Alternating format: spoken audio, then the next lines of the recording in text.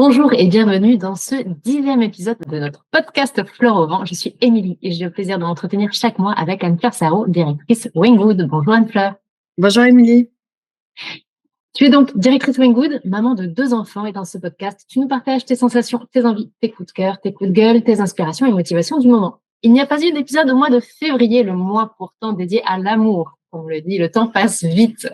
Nous avons presque directement atterri au mois de mars, le mois de la Journée internationale des droits des femmes. Et comme ces 2 thématiques sont primordiales et qu'elles vont par ailleurs très bien ensemble, je te propose très logiquement de parler d'amour, celui qui peut faire tomber les murs, baisser les armes, qui rend heureux, soigne, répare et construit. Plus précisément, de parler de l'importance de l'amour de soi, notamment quand on est une femme. Mais avant cela, je vous présente le sommaire. Au sommaire de cet épisode, l'interview de l'instant présent dans lequel Anne-Fleur, tu nous partageras ton état du moment à travers un petit portrait chinois. Fleur, au mois de mars, bilan et ambition, le fil Wingwood consacré naturellement à apprendre l'amour de soi. Parce que oui, ça s'apprend. Plaisir d'offrir, joie de recevoir. Tu nous partageras peut-être quelques petits tips sur le sujet. Et enfin, nous refermerons ce podcast par le quiz Fleur dans l'air du temps, intitulé pour l'occasion L'amour comme au cinéma. Je te propose de démarrer tout de suite par l'interview de l'instant présent pour connaître tes premiers ressentis au réveil ce matin, Anne-Fleur. Ta forme mentale, en 1 ou 2 mots. Je vais t'expliquer. On va partir sur des chansons 100% féminines, bien sûr. On va suivre la thématique. Ce matin, sous la douche, c'était plutôt, alors tu nous réponds en chanson ou pas, c'est toi qui vois. Je ne veux pas travailler de Pink Martini. Clairement, tu n'avais pas l'envie ni le moral. Flower de Miley Cyrus, forte et libre, super bien dans tes baskets. Ou bien tu te sens Rihanna au Super Bowl. Clairement, tu te sens pousser des ailes, tu te sens inarrêtable. Écoute, je savais qu'on enregistrait ce matin, donc je me suis posé la question et j'y reviendrai, mais c'est vraiment un bon exercice d'auto-coaching que ces exercices que tu me fais faire. Et j'ai un peu triché ce matin parce que je me suis douchée un peu tard, vu que j'ai été au sport. Donc, je me suis levée, j'ai bossé, j'ai fait le petit-déj de mes enfants, puis j'ai été au sport, puis je me suis douchée. Donc, sous les douches ce matin, j'allais bien mieux qu'à mon réveil. Donc, je sais pas. Au départ, je te dirais, c'est un peu un mix de tout ça. D'abord, on est lundi. Il faut savoir que l'épisode est enregistré lundi matin.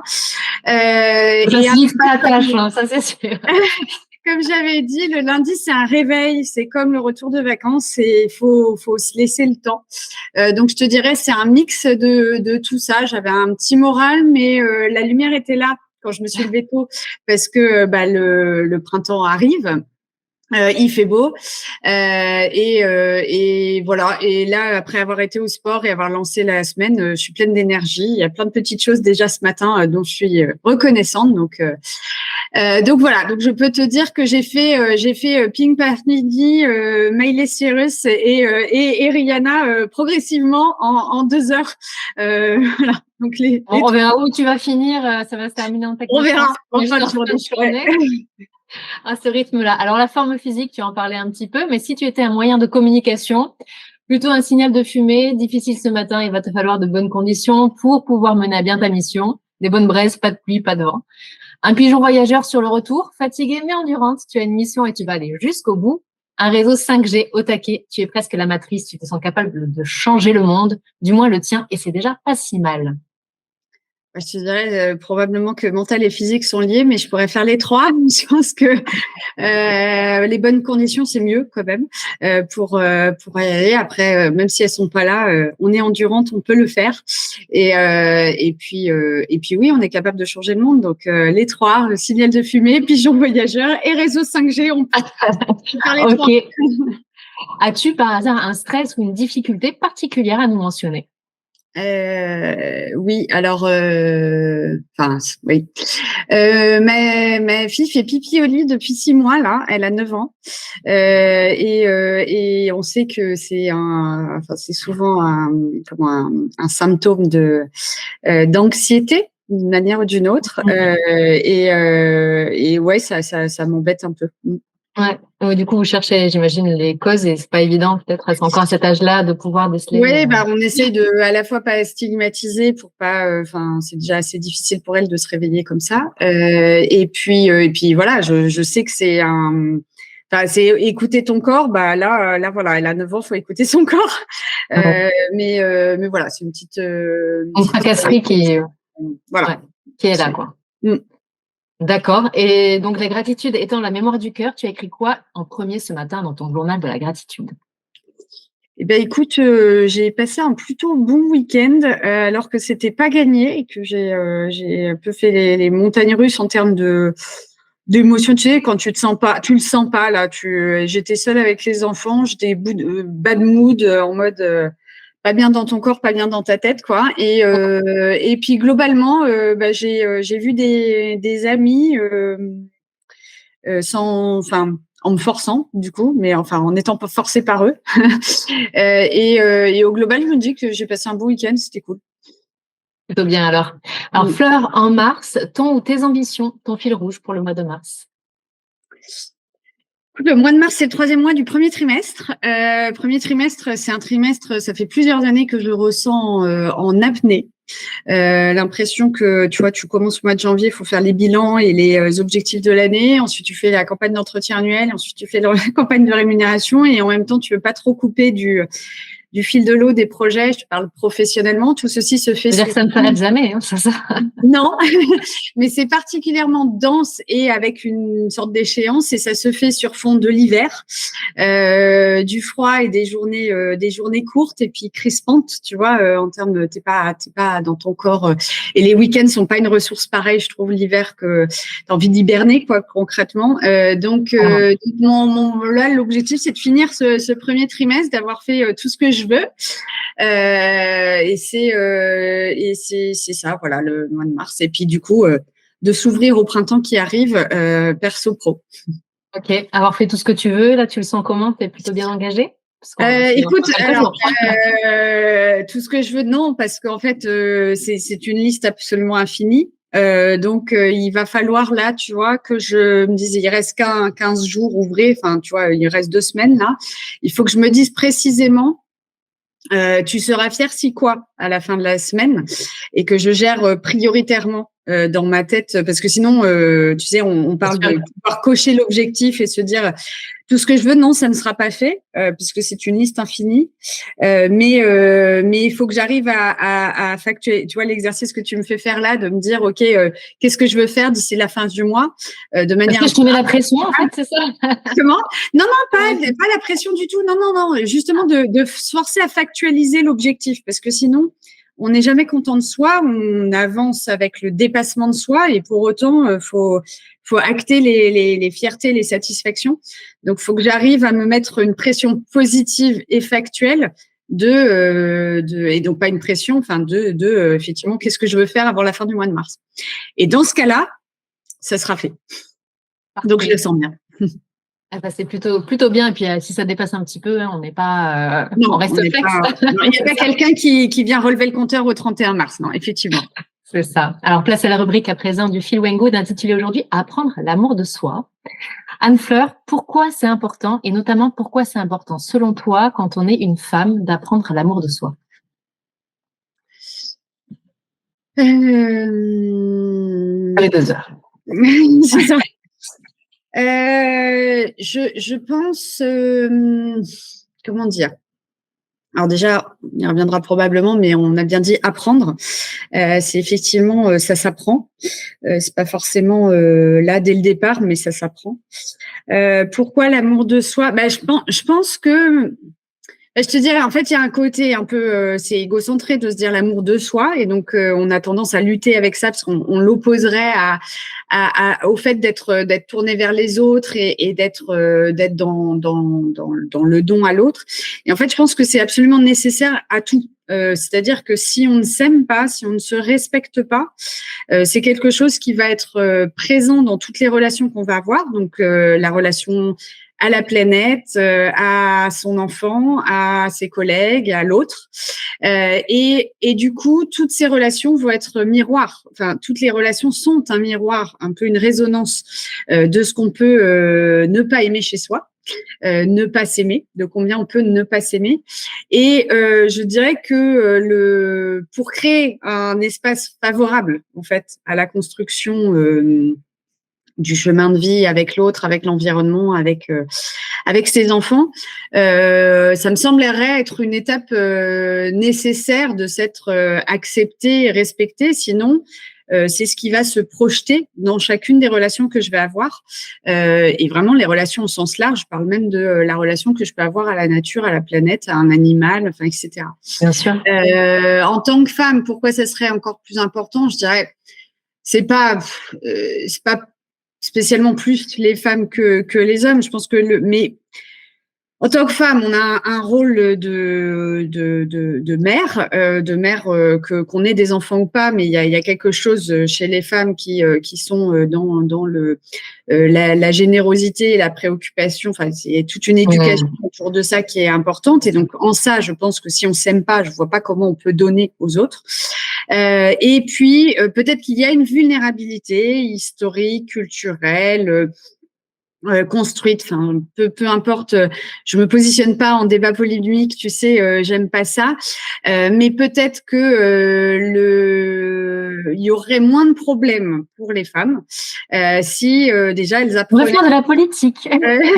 Elles s'apprenaient déjà elles-mêmes à se respecter et à s'aimer, et du coup à pouvoir dire je vaux mieux que ça, à pouvoir dire je vaux mieux que ça d'une manière ou d'une autre. Il y a toute une partie des vulnérabilités que peuvent subir les femmes où il y a la force en elles, il y a l'endurance, il y a et donc par moments ça passe par la sororité, mais finalement en chacune comme en chacun il y a ce qu'il faut. Maintenant il faut apprendre à le respecter pour se faire respecter. Voilà. Donc peut-être que pour ça, c'est d'autant plus important pour les femmes que pour les hommes, parce qu'il y a peut-être dans certaines éducations, dans certains schémas, des choses qui vont aller contre le respect des femmes. Et du coup, que si on apprend à se respecter soi-même, à s'estimer soi-même, peut-être qu'on se donnera mieux les moyens de lutter contre ces irrespects. Oui, j'ai envie de dire de s'affirmer tel que l'on est, en fait, parce que c'est vrai que en tant que femme, alors sans rentrer dans comme tu disais dans des débats, mais c'est vrai que on attend quand même beaucoup de choses de la femme, et puis finalement si j'avais vu une sorte de sondage où on demandait aux femmes quelles étaient leurs leurs préoccupations, et en fait c'était de ne pas plaire, de ne pas être assez jolie, assez ceci, assez cela, alors qu'en fait c'est pas ce qui constitue la personne. Et par exemple, les hommes, quand on leur posait la même question, eux, c'était pas du tout ça. Ils avaient pas ce rapport-là à leur physique. En fait, du coup, c'est vrai que s'accepter comme on est, puisque on est comme on est, c'est, je trouve, rendre plus important ce qu'on a envie de dire que ce qu'on a envie de paraître, en fait. Du coup, c'est vrai que c'est aussi important de se sentir, d'avoir confiance en soi et de pouvoir s'exprimer librement. Sur qui on est, sans se dire faut que je souris, il faut que je sois ceci, il faut que je sois cela. Oui, mais je pense que justement, faut que je souris. Enfin, pourquoi pas, faut que je souris. C'est bien de sourire, c'est bien de prendre soin de soi, c'est bien de se sentir jolie, enfin, etc. Je pense que le truc qui pose problème de manière sous-jacente à ça, c'est effectivement en fait, je dirais qu'on va vouloir plaire, et que ce soit physique ou autre, et c'est vrai pour des hommes autant que pour des femmes dans l'absolu. Après, sur certaines dimensions, on a un point commun plus chez les femmes que chez les hommes, mais dans l'absolu, le besoin de plaire, pour moi, va venir justement compenser un désamour qu'on peut avoir de soi. Et du coup, on va chercher à se modifier pour plaire, mais c'est en résonance avec quelque chose qu'on n'a pas en soi, qu'on n'a pas forcément appris, qu'on nous a pas du coup assez donné, de se respecter soi-même et de s'estimer soi-même, et du coup après de s'accepter comme un tout. Et c'est là où je pense que le besoin de plaire est une résonance est une réponse en fait à un manque qu'on peut avoir de se plaire à soi, qui va créer des terrains propices à l'abus, à l'irrespect d'une manière ou d'une autre, que ce soit physique, morale ou etc. Et donc au-delà effectivement, faut se respecter en tant qu'être humain, homme, femme, et je pense que ça commence par se respecter soi-même, parce que sinon, on crée un espace. Soit on va s'adapter pour plaire, parce que pour répondre à la carence qu'on a en nous-mêmes, soit on va créer un espace pour certaines vicissitudes que peut avoir l'être humain, d'abuser de la faiblesse de l'autre. Et c'est une faiblesse assez forte que de pas se respecter soi-même. À nourrir les complexes. C'est effectivement essentiel. Très bien. Tu parlais donc la femme multicasquette. Ça, c'est pas toi que je vais te l'apprendre. Faire de soi sa priorité, qu'est-ce que ça t'évoque? La consigne dans les avions. C'est vrai, c'est d'abord soi. On te dit d'abord de te mettre en sécurité avant d'aider les autres, y compris ton gosse à côté. Et en fait, il y a quelque chose de contre-intuitif là-dedans. Et si tu y réfléchis derrière, c'est absolument évident et tu le ressens, tu as la chance quand tu es mère et que tu portes ton enfant, tu as la chance de rencontrer ça. Et en fait, tout le monde doit essayer de se projeter ça. Mais pour pouvoir mettre en sécurité, pour pouvoir prendre soin, pour pouvoir construire, ta santé en priorité. Donc, quand tu vas être enceinte, tu ressens physiquement ce lien-là. Mais c'est vrai dans toutes les relations, c'est vrai si tu prends pas soin de toi, ça va se projeter dans la relation avec l'autre d'une manière ou d'une autre.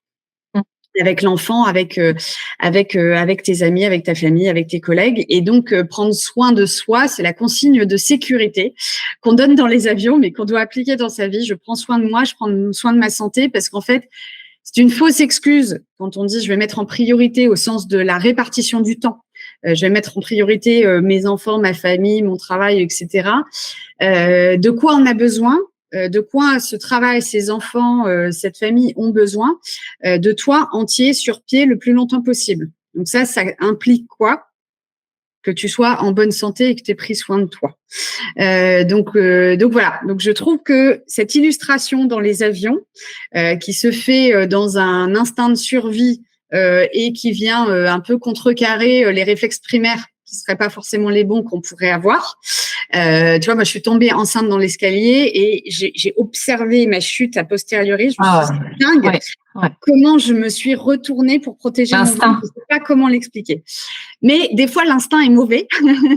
Et donc d'avoir, voilà, c'est une règle presque mathématique, scientifique, pour pouvoir construire, bâtir, nourrir, transmettre le plus longtemps possible. Il faut qu'on soit entier, en bonne santé, et je parle de santé mentale, physique, morale, enfin toutes les dimensions. Donc voilà ce que ça m'inspire, faire de soi sa priorité. C'est pas par opposition au temps qu'on consacre à l'autre. C'est justement pour rendre plus dense, plus réelle cette promesse de prendre soin de l'autre. C'est nécessaire, c'est une condition nécessaire, non suffisante mais nécessaire. C'est marrant parce que j'ai pensé à cette image-là de l'avion il n'y a pas très longtemps. Alors, c'est peut-être un désir de partir prendre l'avion ou pas. Mais non, dans ce sens-là, j'ai pensé à ça, en fait. Effectivement, la consigne de sécurité, c'est d'abord être bien pour pouvoir ensuite pouvoir prendre soin des autres très justement. En quoi t'es-tu détaché, toi, d'une éducation peut-être formatée s'aimer au-delà du regard des autres, par exemple, comment toi tu y arrives? Comment tu oses ta singularité? Alors, me détacher de l'éducation formatée, ce serait me mentir et vous mentir que de dire que je me suis détachée de mon éducation. Peut-être pas à 100%, mais est-ce que… Non, je pense qu'effectivement, il y a un espèce de chemin de vie progressif où que je vis particulièrement j'ai eu une surdépendance au regard de l'autre dans mon appréciation de moi, on va dire. Et progressivement, je vais faire des petits pas de côté progressivement par rapport à ça. L'original, je me détache, mais on va dire, on va construire, on va nourrir tout ça. Je pense qu'il y a deux choses qui se sont ajoutées et qui s'ajoutent. Et je te dirais, c'est pas encore complètement mûr, mais peut-être assez pour le partager. Je pense qu'il y a un truc que j'ai pas appris, si on parle d'éducation, c'est d'écouter ses émotions, de les nommer, les accepter et les partager. Ce que tu me fais faire aussi ici. Ça, c'est pas mon éducation. c'est des rencontres que j'ai pu faire qui m'ont apporté ça, mais c'est pas comme ça que j'ai passé mes 20-25 premières années. Donc il y a ça qui m'a, enfin, tu sais, je me détache pas. C'est détacher, ça non, fait de toute façon, c'est difficile, mais qui m'a fait, enfin, qui m'a apporté plus que ce que mon formatage initial m'avait apporté. Après, ce formatage m'a peut-être permis d'être réceptive à ça.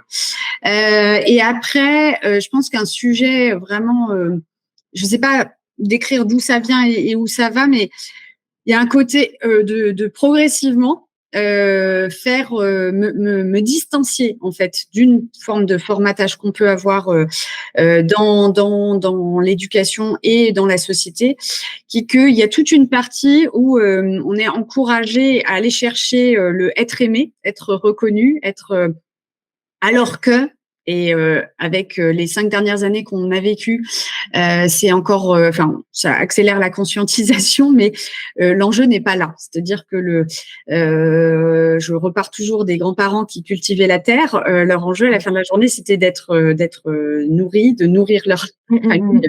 C'était la quête de sens du de travail. transmettre, voilà. Donc, être aimé et reconnu n'est au départ pas un besoin essentiel de l'homme. Je sais pas, enfin, je pense que ça a été, j'ai lu des études sur le fait que ça a été un petit peu construit par une partie des puissants de ce monde pour obtenir plus de choses des hommes que d'aller cultiver un peu d'insécurité, un peu de besoin de reconnaissance et d'amour.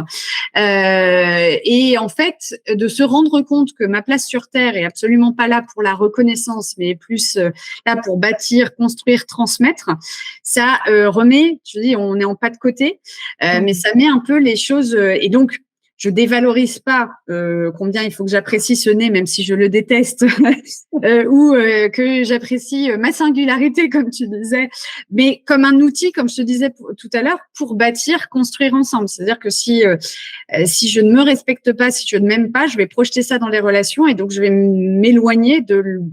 Alors, je parle pas religion, culture, etc.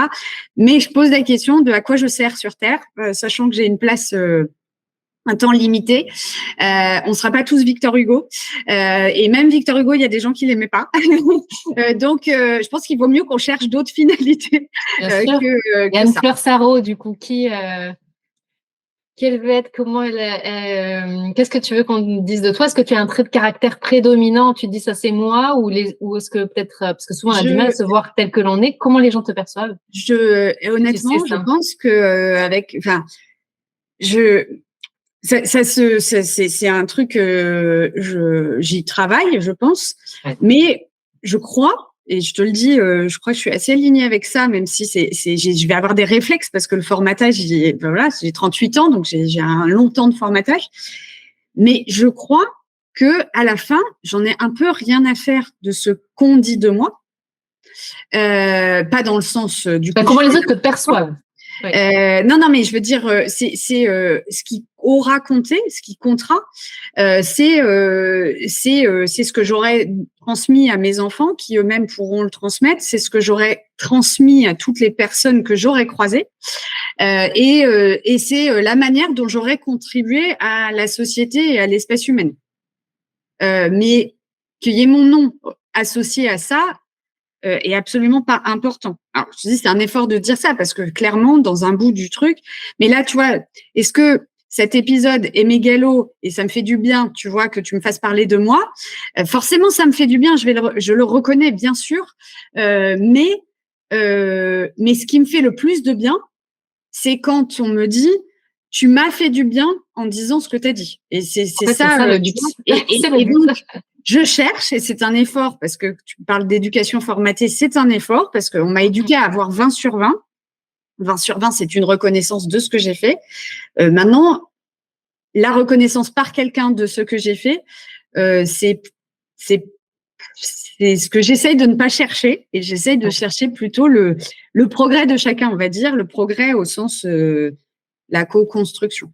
Et je pense que, enfin, je te dis, dans le monde qui nous entoure là aujourd'hui, absolument nécessaire de réfléchir à l'enjeu intrinsèque de la communauté humaine et du construire ensemble, quoi. Après, je veux mentir à personne quand je dis ça. C'est un travail de faire ça et de s'éloigner de cette quête de reconnaissance et d'amour de soi qu'on peut avoir.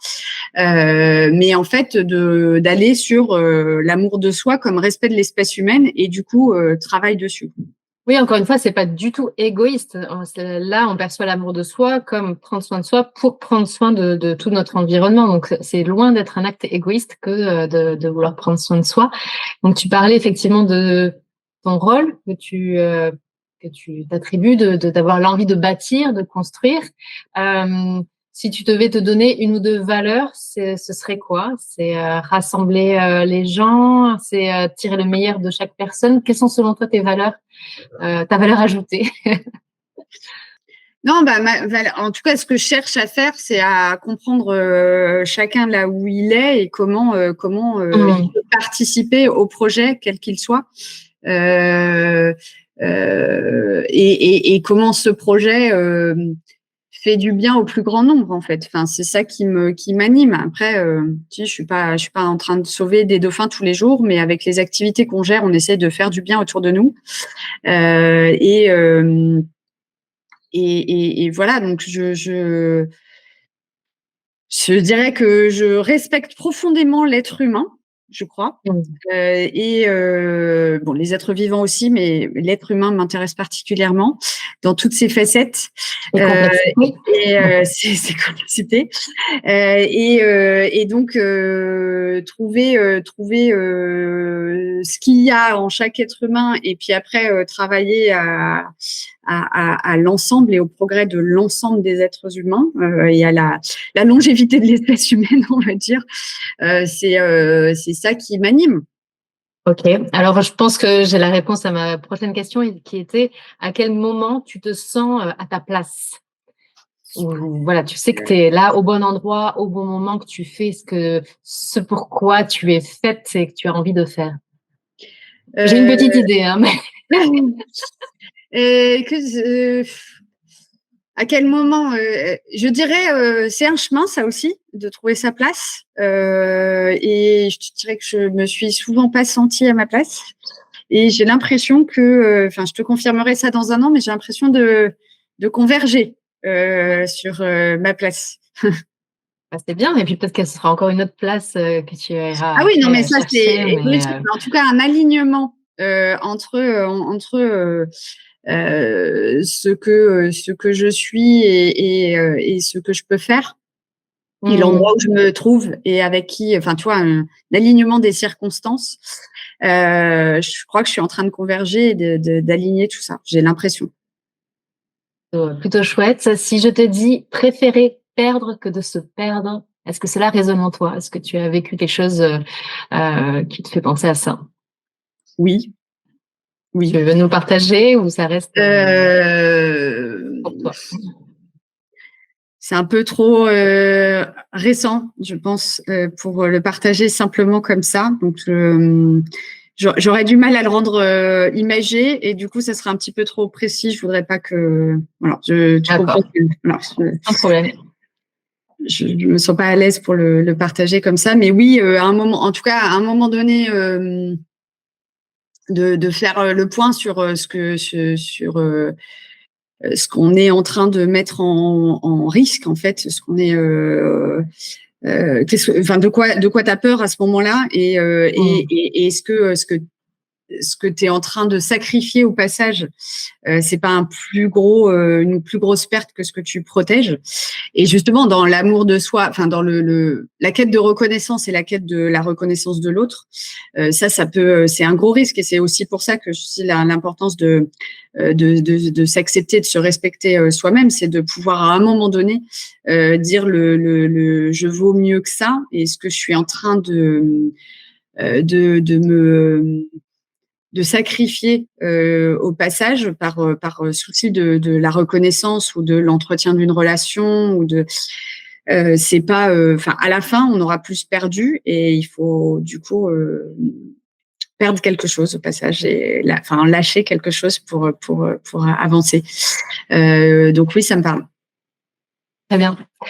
Dans l'article que l'on peut retrouver sur le site Wine Good, je mettrai les coordonnées dans le descriptif de la vidéo. Donc, nous avons les conseils de Marion Tilly justement pour s'aimer.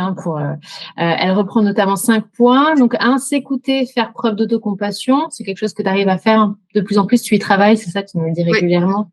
Oui. C'est important. Oui. En 2, prendre en compte notre valeur personnelle. Il n'est pas nécessaire d'attendre la validation des autres. Tu confirmes? Ah oui, d'autant plus que cette validation n'est absolument pas pertinente. Alors, faut pas, on n'a pas rien à faire des autres, hein, que ça soit bien clair. Mais il faut se rendre compte, et ne serait-ce qu'en commençant par soi-même. Moi, je fais beaucoup de miroirs. Et donc, je me dis, j'aime des gens qui sont imparfaits, donc je suis aimable, même si imparfaite. J'aime pas tout le monde, donc je peux ne pas être aimée. Enfin, tu vois, les raisonnements miroirs, ça aide un peu. Et souvent, l'évaluation que tu peux avoir de l'autre, si tu l'as réfléchi un petit peu, elle te dit plus sur toi que sur l'autre, d'autant que c'est biaisé par ton regard, etc. Ça marche donc dans l'autre sens, c'est-à-dire que le regard de l'autre est biaisé par lui-même, et donc il va dire quelque chose de lui-même. C'est très rare de croiser des gens qui aiment pour aimer, qui aiment l'autre dans son essence à lui et pas dans ce qu'il apporte à moi-même, quoi. Donc effectivement, alors tout en cherchant à avoir une belle conduite, qu'on soit religieux ou pas, mais être aligné avec des valeurs propres d'humanité. Mais effectivement, ce n'est pas la validation des autres qui doit valider tout court, parce que souvent les autres ne sont pas justes dans leur évaluation, à commencer par notre évaluation à nous de l'autre. De nous-mêmes. Exactement. En 3, s'accepter comme on est. Oui, oui. Forcément. C'est comme ça, on est comme ça. Hein. C'est ça. 4, se faire confiance et s'estimer. C'est mieux. D'accord, ça aide. Ouais, c'est mieux. Et 5, elle préconise donc de se créer des moments pour soi, pour se demander quels sont nos besoins et les besoins, les envies, et qu'on puisse notamment y répondre. Ça aide. Toi, tu as des besoins et envies comme ça que tu arrives à identifier, où tu te dis, je prends le temps là de combler ça, et comme ça, je me sentirai mieux après pour affronter le reste.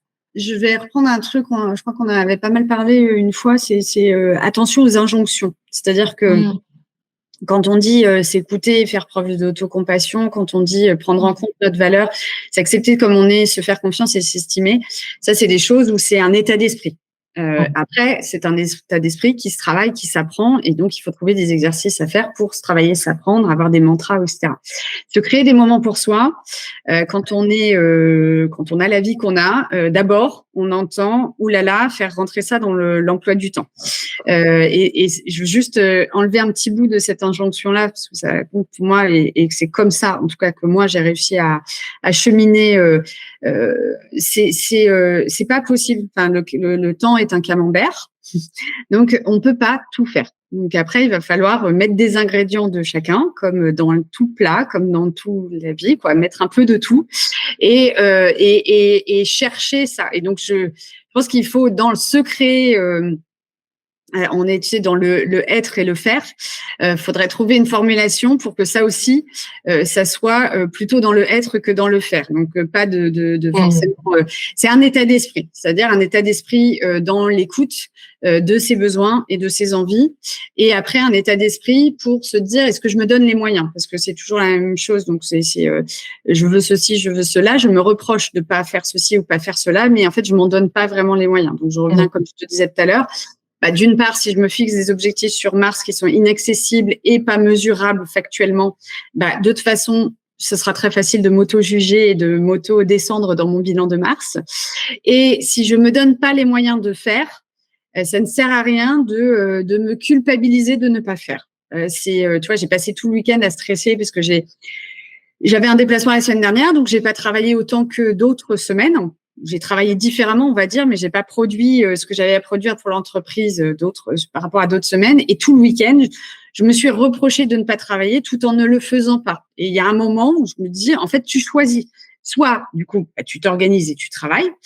soit tu actes que, ben c'est même pas profiter, enfin profiter. Je dois m'occuper des enfants, je dois faire les lessives, je dois faire les courses. Oui, t'as profité d'être là où tu es pour faire autre chose. Mais oui, donc juste, soit je me dis, bah tant pis, ils ne sortiront pas, ou tant pis, et je vais travailler, ou je trouve un mix, ou je fais 1 heure de ci, 1 heure de ça. Soit je ne le fais pas, mais du coup j'arrête de me le reprocher parce que ça ne sert absolument à rien. Donc voilà, je rebondis juste par rapport à ça. Ce qui est pas facile avec les exercices d'auto-coaching, c'est le côté, voilà, il faudrait aussi faire des abdos, il faudrait aussi faire du cardio, il faudrait aussi bien manger. Et puis du coup, pour bien manger, il faudrait faire plus de cuisine. Enfin, bon, on fait ce qu'on peut, mais c'est avant tout un état d'esprit qu'on doit avoir, effectivement, d'écoute et de respect de soi autant que ce qu'on respecte les autres. C'est important. Et puis aussi pour tenir sur la durée, si on ne prend pas soin de s'écouter. Donc voilà, apprendre l'amour de soi, c'est vraiment un travail aussi nécessaire que difficile. Tu as répondu à ma prochaine question, je pense, qui était quels sont pour toi tes petits tips. Là, je pense que tu as bien développé. Est-ce que éventuellement tu as des ressources à donner qui toi t'ont inspiré justement ces habitudes, ces petites choses que tu te mets en place? Est-ce que tu as par exemple une lecture à recommander, quelque chose? Bah, déjà, lisez When Good. Déjà, effectivement, c'est peut-être le meilleur conseil que nous allons donner aujourd'hui. Non, bah, je dirais comment à chaque fois, j'y pense avec les portraits que tu me fais faire, les formes, la forme, la gratitude, etc. Moi, c'est ces exercices-là, si je veux, qui te font un peu sortir de ton corps et regarder et prendre la température. Enfin, pour être honnête, ce matin, franchement, j'étais un peu au bout de ma vie et en même temps, l'exercice m'a fait un peu mettre en perspective ce au bout de ma vie, tu vois, et de me dire, en fait, reconnaissance. Attends, ma fille qui me fait une petite boîte avec les biscuits qu'elle a fait hier pour que j'emmène au bureau. Une doudoune que j'ai cherchée tout l'hiver. On est le 20 mars. Elle vient de elle est réapparue ce matin dans mon placard. Non, mais t'y crois, le 20 mars, quoi. Enfin, il fait beau dehors. Tu vois, de regarder les petites choses comme ça. On est lundi matin, donc je me dis, bon, allez, tu fais ta demi-heure de footing, mais pas plus. Bon, bah, allez, j'en ai rajouté 10 minutes et je me suis dit, tu sais quoi, à chaque fois, tu vas faire ça. Tu te rajoutes 10 minutes par rapport au temps initial que tu t'es autorisé à prendre. Ces petites choses, en fait, apportent énormément et ça rejoint le regarder les choses positivement, tu vois. Bon, sourire pour séduire l'autre, non, mais sourire pour aller mieux, oui. Donc, en fait, les injonctions de la société pour nous faire sourire versus les filles qui font la gueule, c'est chiant, pardon. Finalement, c'est un service à soi-même que de sourire et de se mettre en état d'esprit positif. Donc, non, je dirais, il faut lire les choses, boire toute la matière qu'on peut avoir. C'est pour ça que je citais When Good, mais ça peut être, il y en a plein d'autres, des ressources comme ça. Il faut les regarder avec un regard bienveillant pour soi-même, pas en injonction négative, mais plus en, tiens, ça résonne en moi, ça me fait quelque chose. Je sais que lire un livre, ça me fait du bien. Un livre qui me happe, ça me fait du bien. Bon, comment je me fais un peu du bien? Me faire un peu du bien autant que ce que je cherche à faire du bien aux autres, c'est un équilibre qui va se favoriser, s'encourager, et ça sera vertueux. Mais voilà, ça détend, quoi. À l'écoute et laisser les choses en résonance avec soi. Très bien. Eh bien, chers auditeurs, n'hésitez pas à nous partager vos problématiques, expériences et conseils en commentaire de ce podcast. Et si vous souhaitez explorer d'autres thématiques liées à votre épanouissement personnel et ou professionnel, bien entendu, rendez-vous, vous l'aurez compris, sur le site waynegood.com. Refermons ce podcast, si tu le veux bien, Anne-Fleur, par notre séquence portrait fleurs dans l'air du temps et notre quiz intitulé pour l'occasion « L'amour comme au cinéma ». En une phrase, en quoi ces titres de films font-ils écho en toi? Tout domaine de la vie confondu, un joker est possible. Je commence. Allez. Par l'amour du risque. J'aime pas le risque, je pense. Mais on n'avance pas avec la version du risque. Enfin, c'est limitant, on va dire. Que ça m'inspire take a chance. Tu sais, en français, on dit prendre un risque. En anglais, on dit take a chance. Et je pense que positif.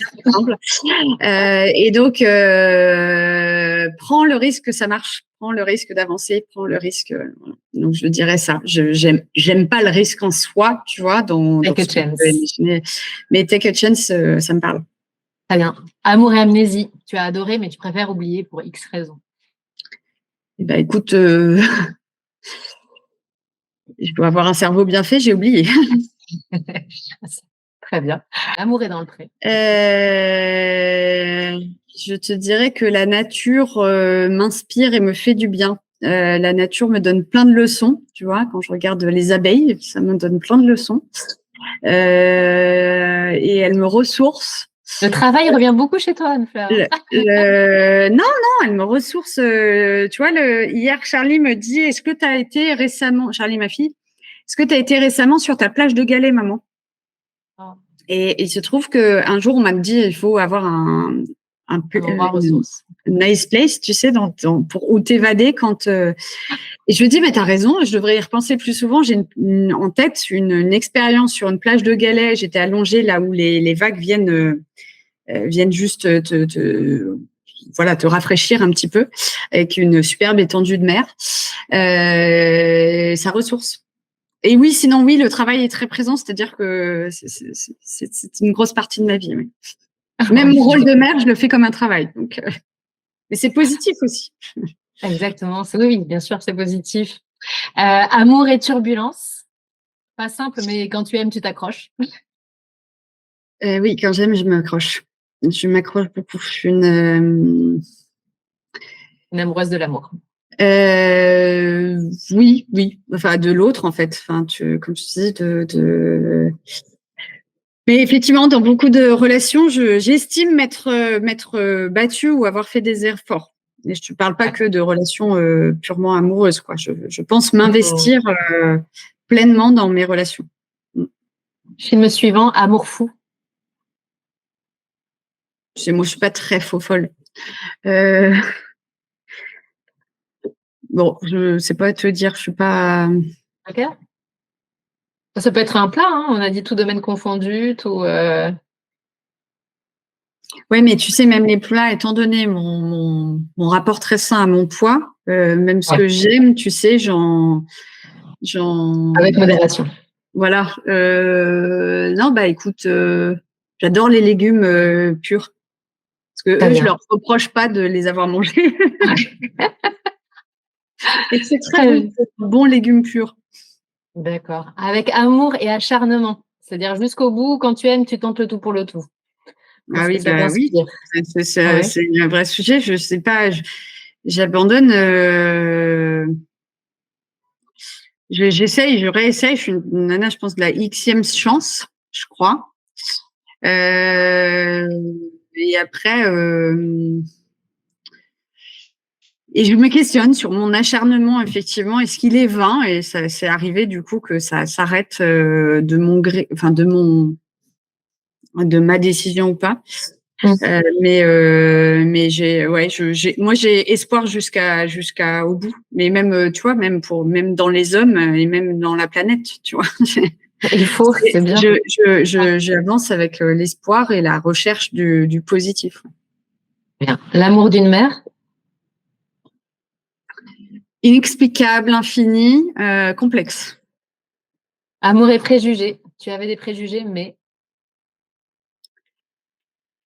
Je dirais des préjugés, on en a toujours. Enfin, préjugés, c'est-à-dire avoir une première impression, une première intuition. On est comme ça. Il y a un truc qui se passe instinctivement lors d'une rencontre avec quoi que ce soit, quel que soit le sujet.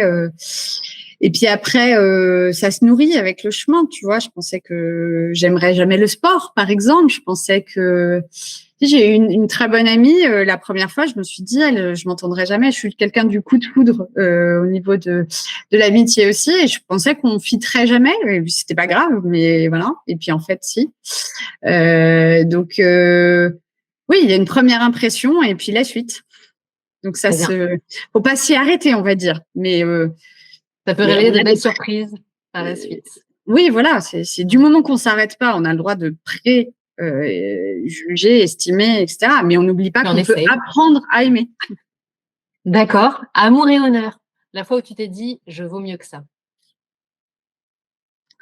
Alors, est-ce que on parle de honte ou on parle de pas se laisser faire?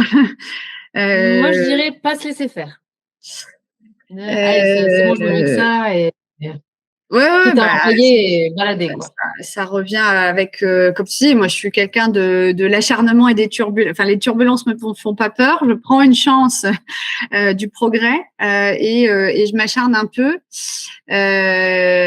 Mais effectivement, ça m'est arrivé de lâcher et de me dire en fait là ça va quelque part qui ne me respecte plus. Ouais. Amour, gloire et beauté. Écoute, ça me fait penser à ma fille au ski, là, il y a 3 semaines, dans un cours de ski, si tu veux. Donc, des gamins que tu croises pour une semaine. Vas-y, raconte. Elle vient, ma fille, elle cherche une amie directe en se disant quitte à passer une semaine. Donc, elle repère quelqu'un de son âge, machin. Elle y va. Elle lui demande, j'ai appris ça cette année, elle lui demande est-ce que tu veux être mon amie? Donc, en gros, ça fait la personne avec qui tu vas prendre le télésiège, tu vois. Et la semaine qu'elle m'a faite, c'était amour, gloire et beauté, si tu veux. Et du coup, je te dirais que je suis assez satisfaite de voir que ces 20 premières années de vie qu'on peut avoir avec du amour, gloire et beauté de cours de récréation, et j'en ai assez souffert de ces premières étapes de sociabilisation. Je suis assez contente d'observer que plus tard, quand même, c'est pas toute la vie comme ça. Ça peut être dans certains environnements relativement toxiques et négatifs. Alors là, on n'est pas dans l'amour de soi et on est dans des trucs de je pense que de construction de chaque singularité et individualité. C'est pas évident et franchement, c'est hard quand t'as pas la surcouche, le filtre de l'adulte en fait. Ouais. T'as pas encore les armes, quoi. T'as pas la carapace. Alors heureusement, ils s'en remettent plus vite que nous. Donc je me dis, c'est pas comparable. Enfin, tu vois, faut pas. Mais voilà, amour, gloire et beauté, la cour de récréation, jusqu'à, je te dis, moi, ça allait mieux, on va dire mes 23, 25 ans. Après, ça allait mieux aussi, peut-être parce que j'avais rencontré ma moitié, donc j'étais un peu moins inquiète de cette question-là. Mais je suis contente que ça dure pas toute la vie comme ça. Heureusement. Et dernier titre de film, L'amour, c'est mieux que la vie. Qu'est-ce que ça t'inspire? Bah écoute, je connais pas ce film, mais je suis pas d'accord avec son titre. L'amour, c'est la vie. Ça tombe bien. Je dissocie absolument pas les deux. Je vois pas très bien l'intérêt de la vie sans l'amour. Et comme je l'ai dit plusieurs fois, l'amour complet, quoi, pas au sens uniquement du couple, hein, mais si on n'aime pas la planète, si on n'aime pas les hommes, si on n'aime pas, enfin, on est là. La vie, c'est un truc à durée limitée, quoi. Donc, sans amour. Et c'est justement là où je voulais t'emmener pour conclure cet épisode. Donc, l'amour, c'est la vie. L'amour de soi, on en a parlé là pendant une bonne demi-heure, je pense maintenant. L'importance de prendre soin de soi, de se respecter, tu l'as dit, hein, pour peut-être bâtir, rassembler. Après, chacun son but. Est-ce que tu as un dernier message à adresser avant de nous quitter?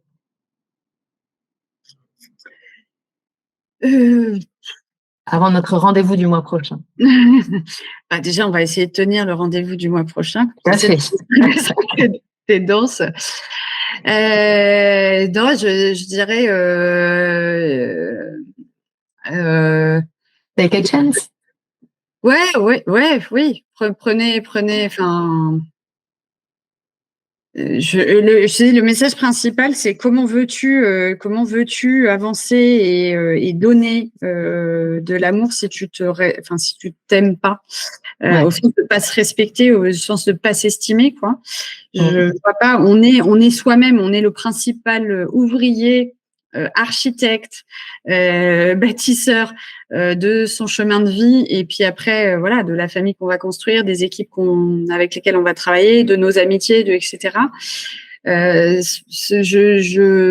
poserai la question à tout le monde autour de la table de combien te respectes-tu et que peux-tu faire demain pour te respecter un tout petit peu plus, parce qu'encore une fois, je veux absolument pas injoncter quand je dis ça, et tout ce que je dis là, encore une fois, c'est un chemin et qui est largement aidé là parce que tu me forces à aller chercher positif. Quand tu me dis quelle est ta gratitude aujourd'hui, ou tu m'aides en fait, tu me fais travailler. Et donc chercher les petites choses.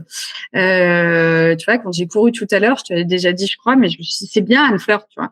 Je me dis, c'est bien Anne-Fleur, tu vois. Et ben c'était une forme de respect, je crois, que je me donne C'est bien, avec de reconnaissance. Donc c'est des petits ingrédients et c'est pas de l'autosatisfaction.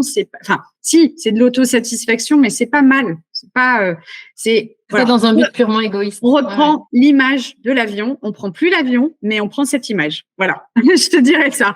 On prend plus l'avion, mais on voit l'image on gonfle son gilet de sauvetage et ensuite on peut prendre soin des autres. Et voilà. Si on s'estime, et si c'est pas de l'amour au sens de la mégalomanie, c'est de l'amour au sens du respect de l'autre. Respecte-toi. Ça aidera beaucoup. Voilà. Merci Anne-Fleur, c'était parfait pour conclure cet épisode. Je te donne rendez-vous le mois prochain pour nous partager tes humeurs, tes doutes, tes envies, impressions. Merci à toutes et à tous de nous avoir écoutés. N'hésitez pas à liker si vous avez aimé passer ce moment avec nous, à commenter si vous souhaitez partager vos réflexions avec nous et même à vous abonner pour ne rien manquer de nos prochaines publications. Et d'ici là, vous pouvez trouver l'inspiration et les réponses à vos questions dans tous nos articles, podcasts et vidéos. À très bientôt. À bientôt. Merci Émilie.